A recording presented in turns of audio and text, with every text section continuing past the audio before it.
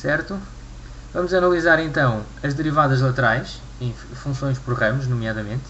Então, reparem aqui numa coisa que têm que ter atenção nas derivadas laterais.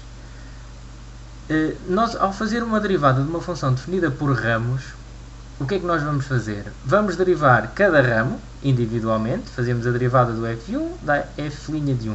A derivada do f2 dá f' de 2. Mas depois temos que ter o cuidado de tirar o igual na mudança de ramo. Portanto, aqui tem o igual, x maior ou igual a k, e eu aqui não coloquei o igual. Porquê? Porque nem sempre existe a derivada nesta mudança de ramo. Nem sempre. Portanto, quando é que existe e quando é que não existe? Atenção, f' de k, ou seja, na mudança de ramo, existe apenas se as derivadas laterais f' de k mais e f' de k menos forem iguais. Isto aqui teríamos que fazer por definição, ok? Está bem que não é uma pergunta muito habitual nos exames, mas fica aqui a nota. As derivadas laterais, se forem iguais, então existe a derivada no ponto. Se não forem, não existe. Vamos ver aqui o exemplo da derivada da função módulo. É um bom exemplo para retratar isto. Temos então a função módulo, pode ser escrita aqui como uma função por ramos. X se x maior ou igual a 0, menos x se x menor ou igual a 0. Íamos fazer a sua derivada. Ficávamos com 1 se x maior que 0, menos 1 se x menor que 0. Portanto, reparem que o gráfico da função módulo é este aqui.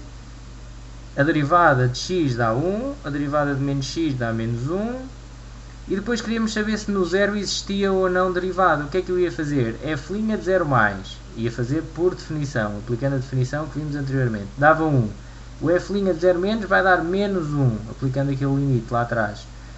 Como são diferentes, não existe f' de 0. Então temos aqui bolas abertas, ok? A derivada aqui não existe. Nós temos aqui o gráfico da função módulo e temos aqui o gráfico da sua derivada. Portanto, tenham atenção às derivadas laterais. Agora, vamos ver um teorema também muito importante que diz o seguinte, relaciona derivabilidade com continuidade. O teorema diz o seguinte, se uma função tem derivada finita num ponto, então é contínua nesse ponto. Ponto final, ok?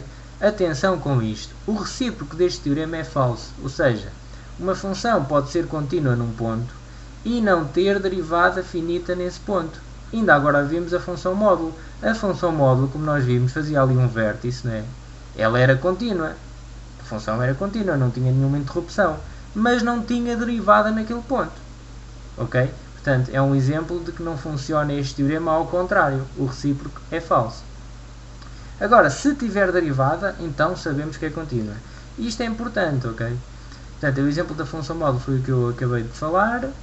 E isto é importante porque nos exames, vou dar aqui uma dica para exame. Se estiveres perante uma questão com várias alíneas e te perguntarem se uma função é contínua num ponto, depois de terem pedido a derivada nesse ponto, é provável que o objetivo seja aplicar o teorema acima enunciado. Se já calcularmos a derivada nesse ponto, então pode concluir-se que é contínua, aplicando o teorema, ok?